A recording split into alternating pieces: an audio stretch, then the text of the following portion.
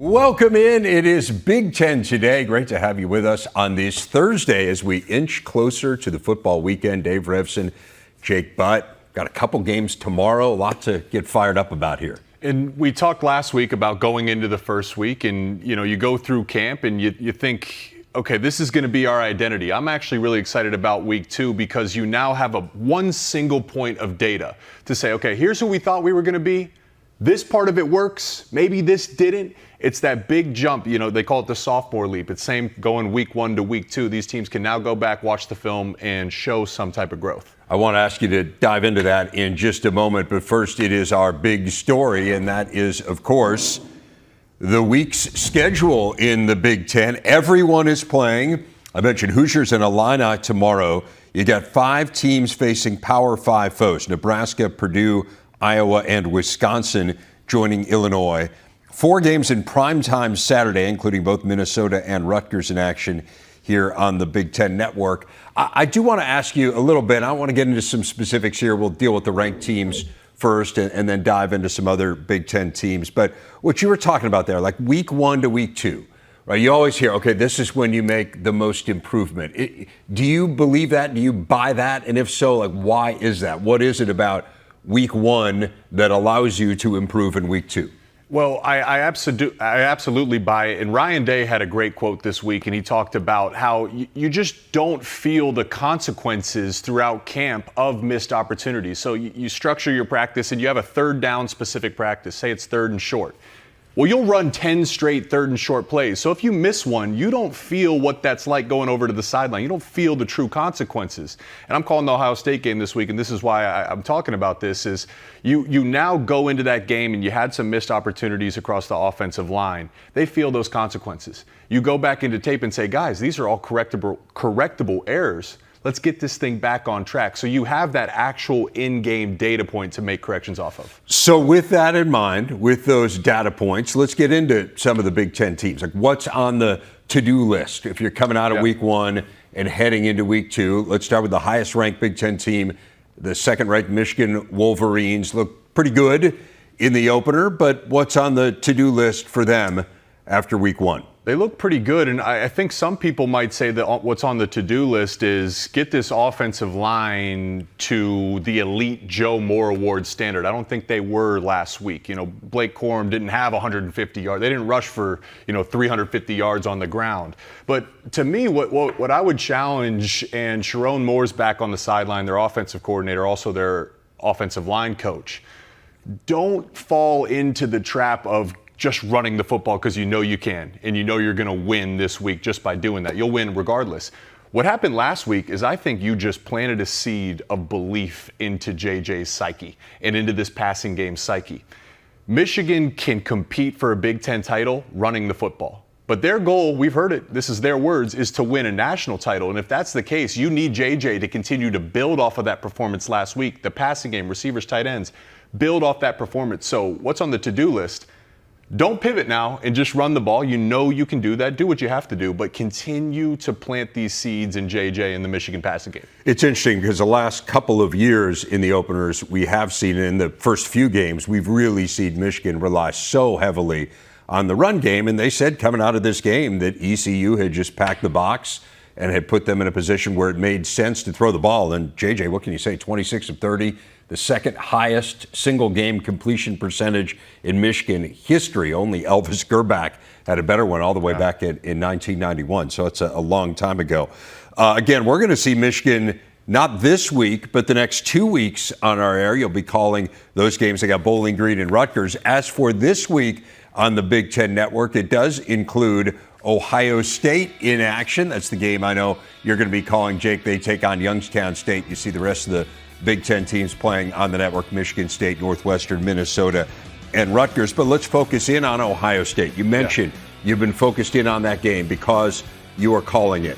So what's on the to-do list for the Buckeyes coming out of, I think, what some people found to be, at least offensively, not an underwhelming performance, but not quite the performance they were expecting. Yeah, it'd be underwhelming if you go back and say, look at how C.J. Stroud, the number 2 overall pick, and 3 NFL offensive linemen, how the offense operated with those pieces. But this is a new thing. You have a new center, you have 2 new tackles, you have a new quarterback. So my eyes aren't even on McCord this week. I think he's going to be fine. I don't think the tape last week was necessarily that bad. My eyes are on the offensive line. And to me, specifically, I think about the communication, and I think of their center, their new center, Hinsman. All communication starts from the inside out. All 5 guys, the center, 2 guards, 2 tackles, they get up to the line of scrimmage. The center puts his hand on the ball, and he says, hey, this is an even front. This is an odd front. 55 is the mic. And then off of that, that's how you know where your double teams go, who the guard's pulling. So I felt last week they were not on the same page. And there's a saying in football, if you're all wrong, as long as you're wrong together, you're all right. But you had one side of the offensive line blocking one thing, one side blocking the other thing, and what that allowed Indiana to do, Aaron Casey, free runners on the running back, constantly unblocked guys in the backfield, and that hurt your ability to get a consistent run game. They had 31 rushes last week. 11 of them went for 1 yard or less. When you're introducing a new quarterback, the best thing you can do is play a dominant run game. So going back to how we started the show, you go back to film this week, you go into the meeting, you look at your center Hinsman, you talk to your preseason All-American guard, Donovan Jackson, and you say, guys, how can we improve this communication? Let's get on the same page. Youngstown State, this is a game you should win. So you expect, the only time you'd panic is if they don't dominate this game. I'm not saying that's going to happen. I expect them to dominate it. I expect them to take that leap forward. And then just to put a bow on this, Dave, defensively, my challenge should be to them, great week. Get some turnovers. Start to put the ball back in that's the next step for the defense. Pretty interesting, though, listening to Ryan Day talk about that offensive line, your first point there. His take on it was, hey, everything that happened in this game was correctable. I don't look at any of my offensive linemen, he said, and think they're not good enough. Yeah. They're not ready to play at this level. And you got some transfers that you're working in there. So that's a positive. But then to your point, how do you fit those pieces together? And I think that's been the question with Ohio State's offensive line coming into this year, is they felt like they were talented enough. They could get 5 who could really play, but who fits where and how does it all come together was the big issue. They are absolutely talented enough. This is Ohio State. I mean, there's very few, if any, teams that have recruited and brought talent in the way the Buckeyes have. So in a sense, this is maybe the other piece of this is this goes all the way back to the offseason. Everyone's picking Michigan to win the conference. For the past decade plus, it's been Ohio State. What you now want is that offensive line having to deal with all the media this week. Go play a little angry, play a little pissed off. Be assignment sound and put that on tape. Get back to nastiness. Go back to the 24 national championship team, how talented they were. Remember week 1, how that looked? The offensive line didn't look great, but they improved throughout the season. That's a challenge for this Buckeye offense. And can you run it on 3rd and 2 or on 4th down where they shied away from running the ball against Indiana? Those are, hey, if you're Ohio State, that's how you exert your dominance, right? Just run the ball and get whatever it is, 2-3 yards. How about Penn State? This was certainly a very challenging game in terms of playing a Power 5 team in West Virginia. Not a great Power 5 team, but one that James Franklin said after the game he thinks is going to give some problems to other teams, especially with their offense this year. So coming out of this, Penn State, they have a little bit lesser game this week, to say the least, in Delaware. What's on their to-do list? Yeah, it's a game, as you mentioned, that they should win. They should be dominant. And I talk a lot about the mental side of football, not just the X's and O's, but when you turn on the tape, what are you seeing from this team? So Penn State, that was a great performance. We're all talking about Drew Aller, the defense, though they weren't perfect, they got speed all over the field. The sky's the limit for them. The to-do list for Penn State is to not exhale. In a game that you can win, actually build on it. Specifically for the defense, they had 14 missed tackles last week. You got to cut that in half. You got to get that to under 5. You have to be dominant against a team you should dominate. And as good as Drew Aller played, I think the exciting thing is there's some mistakes on tape. There's some learning points. Start to minimize these errors. He hits great home runs. He made some excellent plays. Now you minimize the errors, and all of a sudden the growth starts to explode. And remember, they have an early conference game coming up next week. They go to Illinois next week. That's an Illinois team that, remember, beat them a couple of years ago. So you got to get everything set here against Delaware, because that's one of those games. Like if you look at the games that Penn State could lose, like where you could build an argument to say, hey, this could be a really challenging game, that's the first one. No doubt about it. Particularly on the road. Absolutely. Absolutely. Speaking of going on the road, the last of 4 ranked Big Ten teams in action this week, Wisconsin going to Washington State. Amazingly, this is going to be the first time ever in the history of its program that Washington State has hosted a ranked team in non-conference play. So you know they're going to be fired up on the Palouse. You know they're going to be fired up to take on a Big Ten team after a bunch of the teams from the Pac-12 are headed to the Big Ten, including their rival, the University of Washington. So it's a huge game for Washington State, not to mention they beat Wisconsin a year ago. So what's on the to-do list here for Luke Fickell? What do they need to do going into what should be a very challenging environment?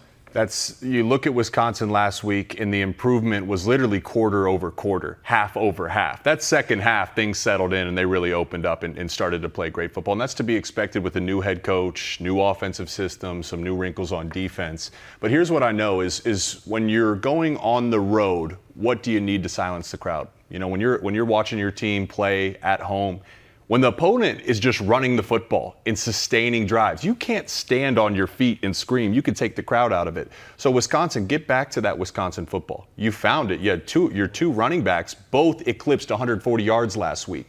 The other piece of this is what we know historically with Washington State. They are an air raid football team. They are going to air this thing out. They're not known for their run defense. All that in mind tells you to put extra emphasis on leaning on your running backs. Braylon Allen, Ches Malusi, hand them the football and let them continue to build on this week. Then once Washington State comes to take away the run, then you can get to your passing game. Talk about complementary football. It doesn't have to be 50-50. It has to be emphasis on what the defense is giving you and then open up to the other side. And again, they did that in the opener, particularly when it became obvious that Buffalo wasn't going to pack the box against them. They ran it to the tune of 312 yards, average better than 7 yards per play. This should be a fun game. A couple teams that aren't going to be afraid to open it up. You mentioned Washington State. Cameron Ward can really chuck it around. So this should be an entertaining one.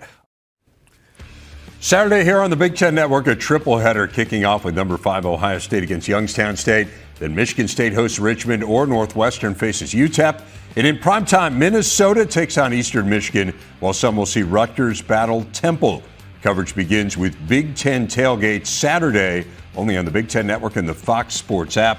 Go to btn.com/gamefinder for channel locations in your area. Joined now, as we will be every Thursday, by Joel Klatt. He is, of course, the lead game analyst for Fox Sports, also the host of the Joel Klatt Show podcast. He joins us now. And Joel, let's start, at least from the Big Ten's perspective, with the highest ranked team. It's the Michigan Wolverines. AP has them number 2. You have them number 2 in your ranking as well. It is not the most challenging early season schedule. I think we can all agree on that. So what would you focus on if you were Michigan here early on in the season to kind of refine as they then head into a meatier part of the schedule starting in October?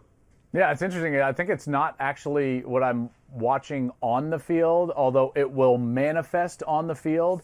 My biggest question mark or level of interest with Michigan is just about the internal standard that they can hold, in particular on game day, while their coach serves his, self-imposed suspension.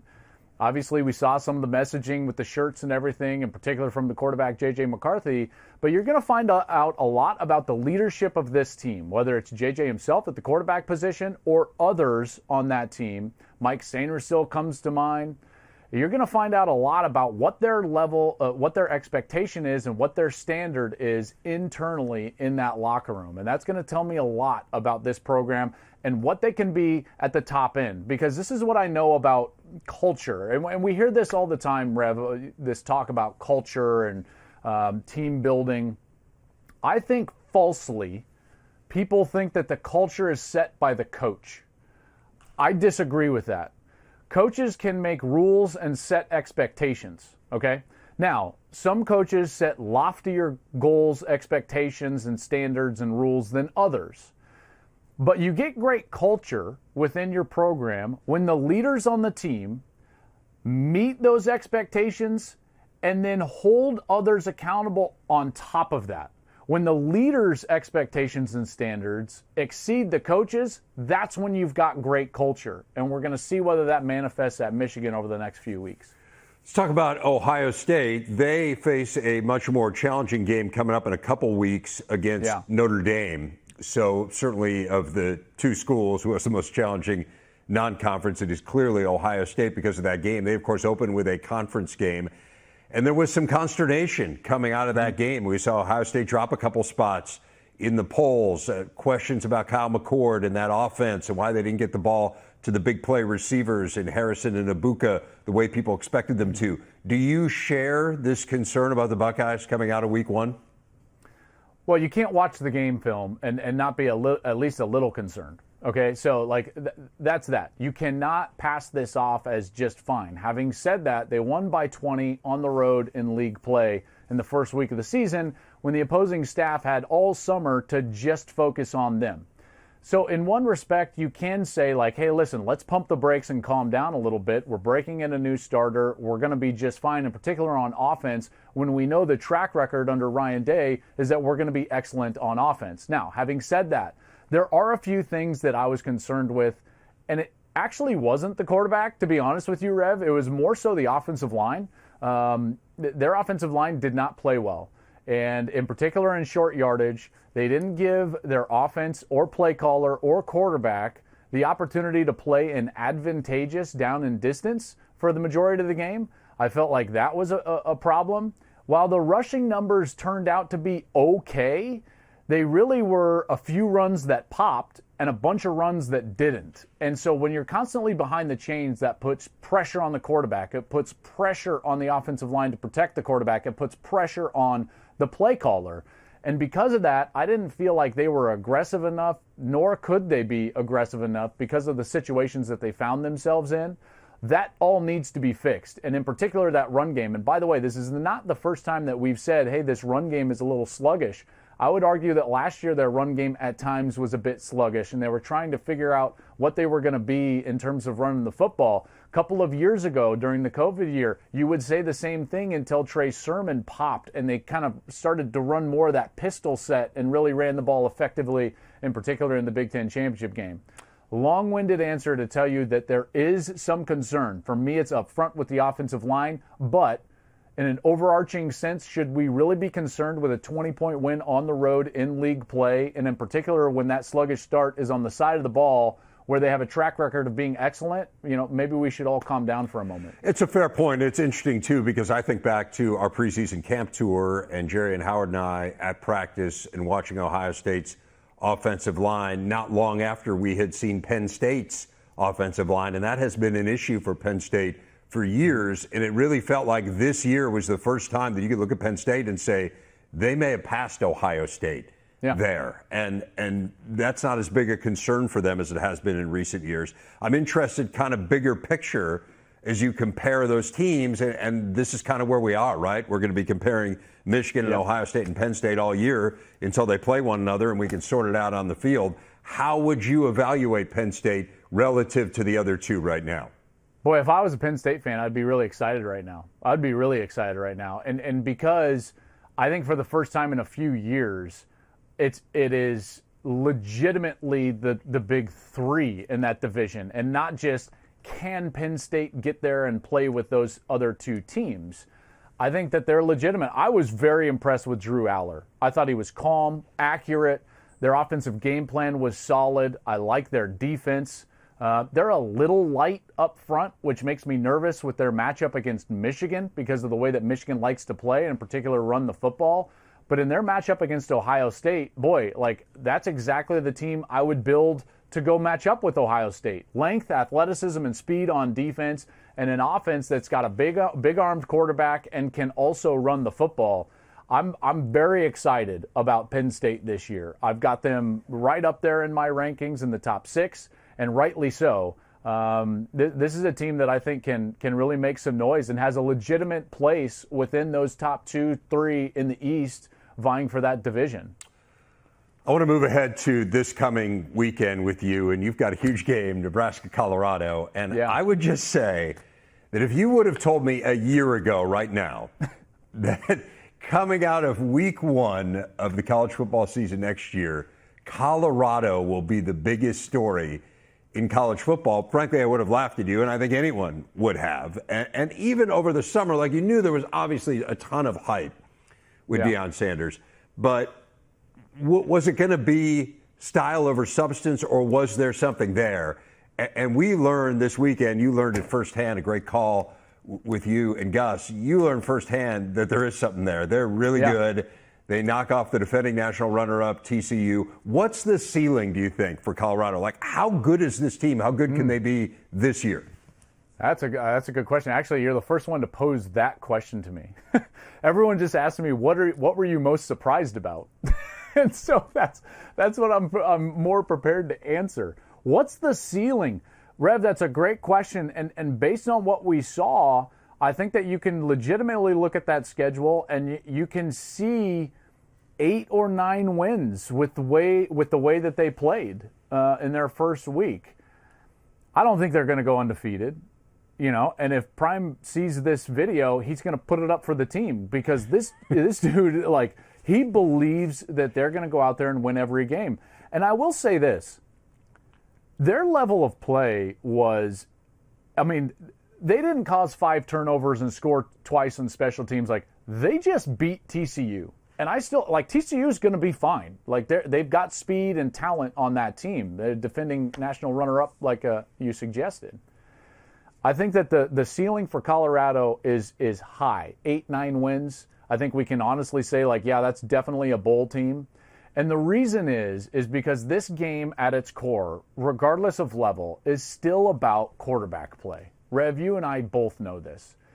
And Shedeur Sanders looked incredible. Let's just put it to you this way. If he plays at that level the entirety of the season, he's going to be talked about as a top 10 draft pick. And you generally are not a bad team if you've got a quarterback that can play at that level. And so that's why I think that the ceiling drastically went up after week 1 for Colorado. Pretty amazing. Throwing for more than 500 yards in your debut. It was a remarkable performance, and I think everyone in college football, maybe outside of TCU fans and Nebraska fans, was excited and enjoying it. And now Nebraska, my sense during this offseason was they felt like Colorado was a game they had a good chance to get, right? There's all this turnover in the roster. Colorado was 1-11. Absolutely. They lost by an average of 29. Absolutely. If I was Nebraska, I would have thought, absolutely, we're going to go to Boulder and win. And so now you're looking at it and you're thinking, oh my goodness, like what do we have here coming up this week? Well, you had a chance to see Nebraska against Minnesota. Yeah. They were right there, had every chance in the world to win the game, and give the Gophers a ton of credit. They were able to pull it out. But you've seen them both in person. What would it take for Nebraska to beat Colorado? Listen, they're going to have a great chance to win this game. Make no mistake about it. I know that they're now the underdog, but not by much. I think it's 3.5 last time I checked. Rev, they won't make the same mistakes that TCU made. TCU threw the ball over 40 times. That's playing right to the teeth of the Colorado defense, which is their defensive backs. That's the strength of that team. They were not good stopping the run. In fact, they gave up almost 200 yards in the second half alone on the ground to TCU. I was shocked that TCU didn't run the ball more. Think of one of their interceptions is on a 3rd down inside the 5. Why are they not running the football at that point? I'll never know. Travis Hunter intercepted that ball. Nebraska will run it 50 times or more. Sims, 19 carries, almost 100 yards. I think Gabe Ervin will get a lot more run, and he should. He only got 7 carries, I believe, in that game Thursday night against Minnesota.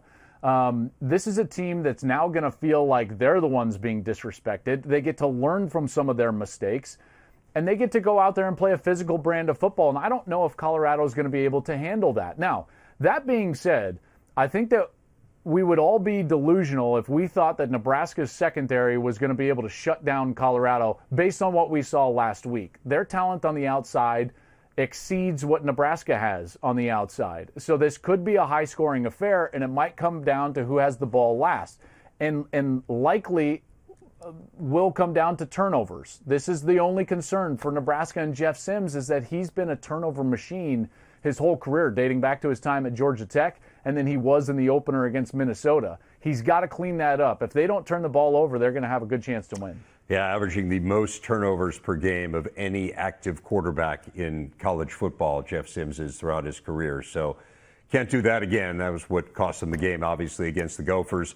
Should be an amazing atmosphere in Boulder on Saturday. Really looking forward to watching the old it. Big 8 rivalry, right? Yeah, I know. Like, this is the game I grew up on. I'm excited absolutely. But you expect to see it a little bit later in the year than, that's right. than week 2.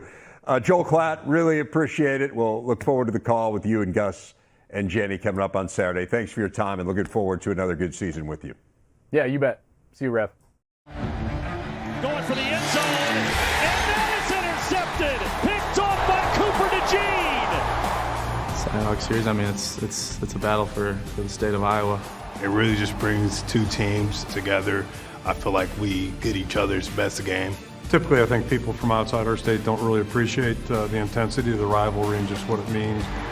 It's great for our state. It's talked about border to border. I think our state can be very proud to have 2 Power 5 schools that have had such good programs in the same state.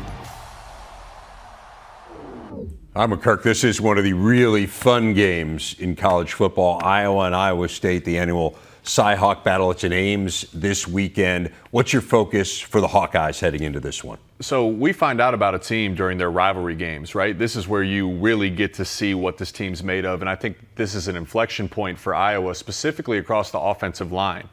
You have to run the ball. That's how Iowa wins, right? Last week, they gave up 9 tackles for loss. Also only averaged 2.4 yards per carry. That's not going to work throughout the season, specifically in a rivalry game. On the defensive side of the ball, win the turnover battle. Iowa State starting a redshirt freshman, his second career start, Rocco Becht. Take advantage of that and go ahead and put this on tape. Say, this is who we're going to be the rest of the season. Remember, Iowa State lost its starting quarterback over the summer in the gambling scandal. So, again, not the guy they expected to have under center this year, but should be a good one there in Ames on Saturday. Another Big Ten team with a Power 5 battle. You got Purdue going to Virginia Tech. The Boilers fresh off that close loss to Fresno State in Ryan Walters' debut. This is going to be a hostile environment in Blacksburg, as it always is. What are you looking for here from Purdue as they try to get in the win column? I think Fresno State's quarterback and passing attack, it really challenged Purdue, and I don't think they're ready. I don't think Virginia Tech is going to quite challenge them. And Purdue's defense last week was good against the run. They're playing a Virginia Tech team that only averaged 2.5 yards per carry against ODU. So it starts with this. Win the battle in the trenches, get Virginia Tech in 3rd and long, and then you go back and you look at that tape last week and say, guys, just a little detail here, pre-snap leverage, pre-snap alignment, little minor things, and you can elevate that passing defense, and I think they got a real shot to come out of here with a win. Gave up 371 passing yards in that game, but again, you're going up against a Jeff Tedford offense. We know how good he's been through the years. That a game, of course, that hosted Big Ten tailgate before the game. Big Ten tailgate this week, all Big Ten, all morning long in East Lansing. In-depth previews of every matchup, tons of fun from MSU. Big Ten tailgate presented by TIAA. It's Saturday, 10 a.m. Eastern, only on the Big Ten Network and the Fox Sports app. This is a game for Michigan State that clearly they should win. They're taking on Richmond. But next week is where it gets really interesting for MSU. They have Washington coming to town, prolific offensive team, a Heisman candidate in Michael Penix. What do they need to get straightened away against the Spiders so they're ready for what will be the defining game of their non-conference? I'll start with actually what they did well. Last week against CMU, only 96 yards passing. Now, Washington and Michael Penix in that receiver room, they're going to be a bit more of a challenge. Yeah. But that's good for Michigan. That's been one of their struggles. It's good to put it on tape. But I still think it comes back to the offensive rushing identity. What you do when you're playing an explosive opposing passing attack, you have to control the clock, you have to run the ball, you have to keep Michael Penix and those guys on the sideline. So that's their opportunity this week against Richmond, is to build an offensive rushing identity that they can then carry in some momentum next week against Washington. I'm fascinated, though, by that defense against the Huskies, and the one real positive last week that you talked about, they didn't give up a play longer than 17 yards in that game, and this was a team that gave up the most yards of most plays of 10 yards or longer in the Big Ten by a wide margin last year. Washington is a big play attack, so Can you carry that over to that game? Again, not to look ahead for the game against Richmond. Another team with a challenging non-conference assignment next week is Minnesota. They're going to go to North Carolina. You got a Heisman candidate there in Drake May. What do the Gophers need to focus on after a narrow escape against Nebraska? It's a very similar storyline to what we just said about Michigan State. Is in PJ Fleck told us they still want to run the ball. That's what he expected their identity to be. They didn't get it done in week 1 against Nebraska. They only averaged 2.2 yards per carry, 55 yards on the ground. That's not going to win. And it's not going to win against North Carolina, and it's not going to help you when you're playing a Heisman candidate. I think Joe Rossi will have this defense ready. I think he's one of the more underrated coordinators in probably all of college football, but it's going to be on this Minnesota rushing attack. Step it up. Passing game looked all right. Get that running game going to play complementary offensive football. 55 rushing yards, their fewest in a win this century. And to your point, you think about PJ Fleck and running the ball. He has hinted that it might be a little different this year because of how much they like Athian Kaliakmanis and maybe don't have a bell cow like Mo Ibrahim, but need to be better than 55 yards. Only broke 3 missed tackles as a running back room against Nebraska. Those guys got to step up. It's going to take a little bit of everybody. And again, don't want to overlook Eastern Michigan because remember last time they played a MAC team was Bowling Green a couple of years ago, and the Falcons actually beat Minnesota. So Eastern Michigan's got a nice track record recently against the Big Ten, so will not be a cakewalk by any stretch for the Gophers. It is time for our big stat. How about 46 in a row? That's how many consecutive games Ohio State has won against teams from the state of Ohio heading into Saturday's battle with Youngstown State. It has been more than 100 years since anyone beat them. The Oberlin Yeomen, the last to do it in 1921, a yeoman's effort, and they quit while they were ahead. They have not played since. That gets us to our big interview. It is Ohio State tight end Cade Stover, a team-high 98 receiving yards in the win over Indiana. Cade, you are an Ohio guy before you became a Buckeye. Did you have any allegiance to other schools in the state? Yeah, I mean, coming from Ohio, it's really hard not to come here when you got one of the best programs in the country in your backyard. But yeah, I mean, you still get recruited by other schools, and you take your trips there.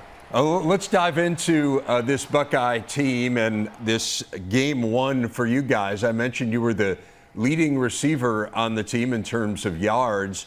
With all the receiving talent in this group, was it a surprise to you at all to end up as the leading receiver in the game? A little bit, I guess, but as we go through camp and we figure out each day a guy would have a really good day, and when you have that many weapons, you just kind of have an opportunity to make a play, and you make them when you can. How would you assess the performance of the offense in game 1? It was our first time all playing together. We came away with the win, so we were really happy to do that, and we're really excited to see our stride from week 1 to week 2. Well, let's talk about that. Where do you think you can get better as a group? Where can you make some strides in week 2? Like I said earlier, we had a lot of guys playing together for the first time. So to be able to kind of simplify things and get back to playing ball and just get north and south.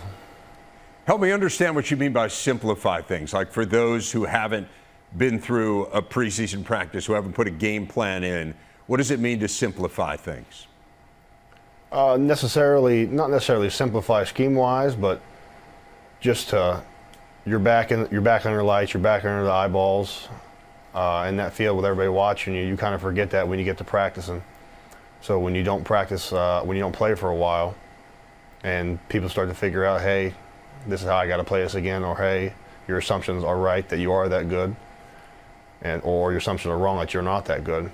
You just kind of hone in on things, and whatever those are is for week 1 to week 2. As a pass catcher, you obviously have some perspective into the quarterbacks that not many people have.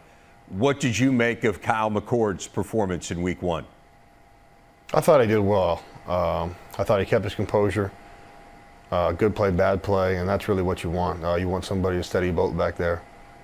I think the kid has all the talent in the world, and I'm excited to see, like I said, his stride from week 1 to week 2.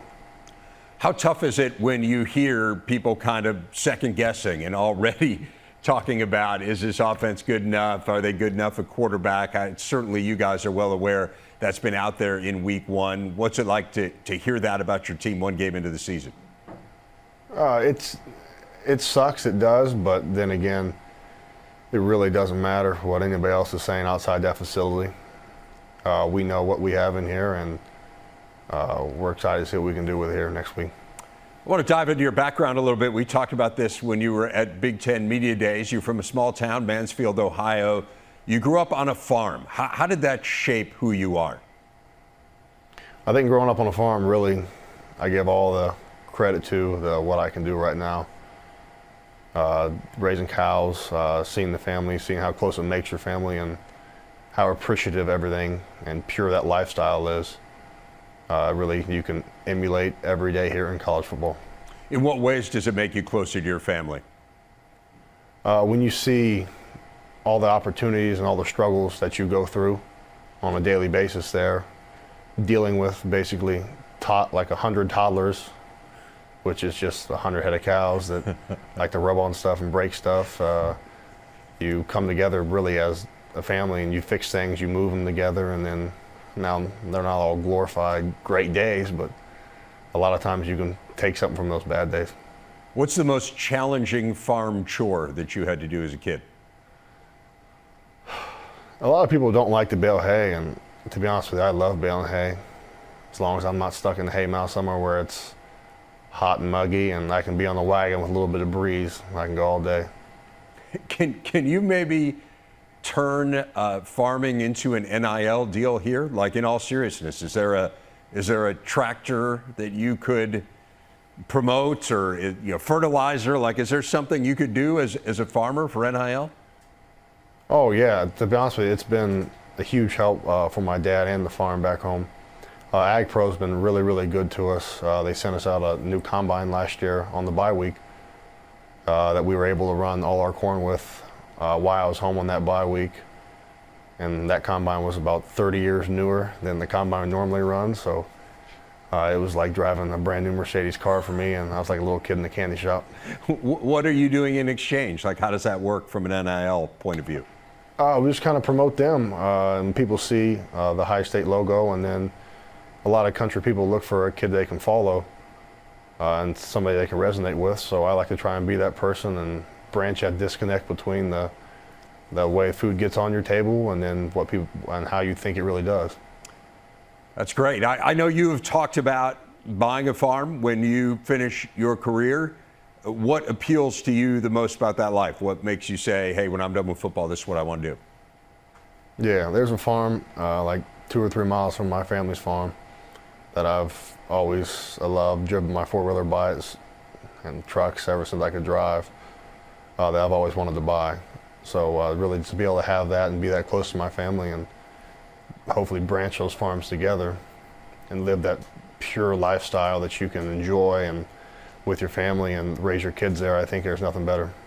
Well, let's talk a little bit about football, because I know you want to play as long as you can before that. You were Mr. Football in Ohio your senior year of high school. You're also the all-time leading scorer in basketball at your high school. Tell us a little bit about your hoops game. I'm still a hooper by heart. I love playing basketball. I think some of the best basketball games we've had have been in the Woody in our little half court over there.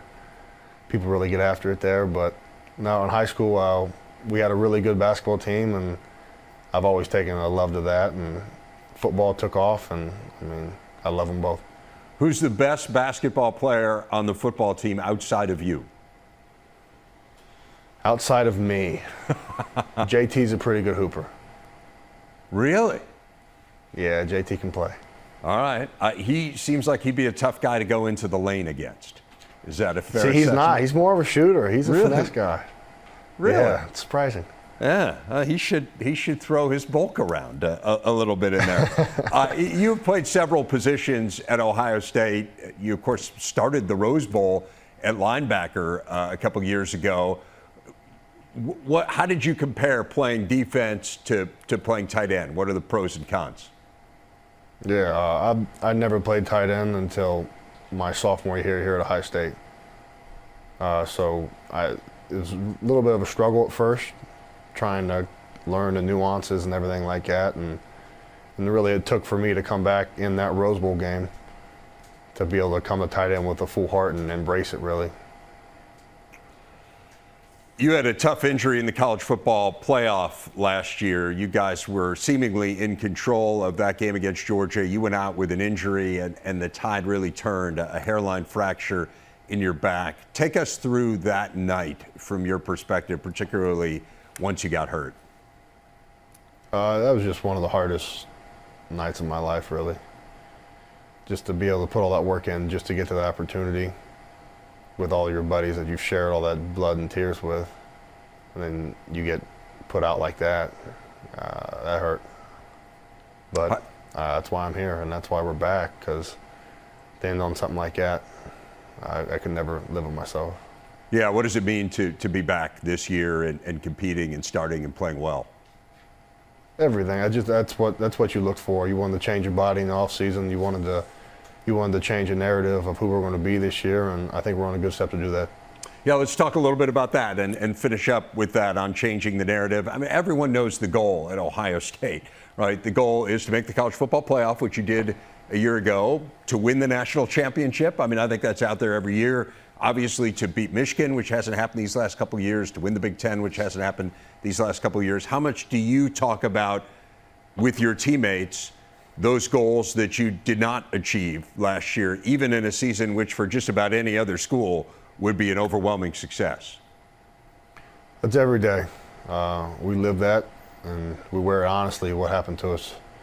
Whether we like it or not, we have to. So going in every day to be able to figure out what you can hone in on that day to get better, to not let that happen again. That's really what we've tried to do. And we've got a lot of really good receptive guys to get that message across with us. Well, Cade Stover, looking forward to watching the Buckeyes in action against Youngstown State here on the Big Ten Network on Saturday. Really appreciate your time. Congratulations on all your success. Have a good year. Thank you. Appreciate you for having me on. Tomorrow, Indiana welcomes Indiana State to Bloomington as they square off under the lights. It's Big Ten football presented by Hampton by Hilton. Tomorrow, 7 Eastern, only on the Big Ten Network and the Fox Sports app.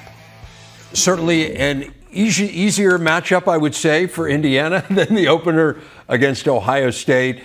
After watching them against the Buckeyes, what are you focused on for Indiana here moving forward? I thought the defense played really, really well. We've talked about how, quote unquote, poorly Ohio State's offense. We didn't give enough credit to Indiana defense, specifically Aaron Casey and Andre Carter. Those guys look like NFL talent flying around out there. So build off of it. Indiana State is not a good football team. Go build off of it. And then offensively, I actually like the triple option offense. That is a hard challenge for defenses to prepare for. Now get into some play action off of that run action. Start to play some complementary football. It is fascinating to wonder a little bit how much of this was situational, trying to keep the game close against Ohio State, bleed the clock, and how much of it was this is going to be their offense, right? Especially when Dexter Williams comes back. They're optimistic that might not be too long from now. That offense suits him to a T, so it's something to keep an eye on with the Hoosiers. I love this Illinois-Kansas game. These are two teams that are on an upward trajectory, that have both had really tough times really since the turn of this century. To be honest, they're two of the 5 worst programs in the Power 5 in terms of winning percentage, but both feel like they've got the right coach now. Both feel like they got some momentum. Should be a good game. Kansas does expect to have Jalen Daniels, preseason Big 12 Offensive Player of the Year, back at quarterback. What are you watching here as Illinois tries to escape Lawrence with a win? Well, that's going to elevate their offense. But last week, Kansas had a lot of success running the football, nearly 250 yards on the ground, averaging 6 yards per carry. And we look at what happened with Illinois' defense in week 1 against Toledo. I thought that was going to be the strong point of this defense, but they gave up 186 yards on the ground. You have the law firm Newton and Randolph. I think Johnny Newton might be the best interior defensive lineman in college football. You have to take a step in the right direction. You have to make Kansas one-dimensional because that's an explosive offense. You can't have another poor day defending the run. It's going to be on their defensive front. Kansas struggled on defense last year. They were last in the Big 12 in total defense, so opportunity there for the Illini, particularly Luke Altmaier, who played well in that opener. Altmaier, great. Yeah. But he led the team in rushing last week, too. Yeah, it's got to get the running back room going. Right. And again, the defense to me is, you wonder whether that was just a one-game aberration. It would have been their worst game statistically last year. We'll find out this total week. Yards allowed. Yes, we will find out. Week. Kansas going to put a lot of pressure on it. That's a sneaky good game. Been excited about that one for a while. We'll preview it Tomorrow, get you ready for the whole weekend in the Big Ten. Jerry DiNardo, Nicole Auerbach set to join me. See you then on Big Ten Today.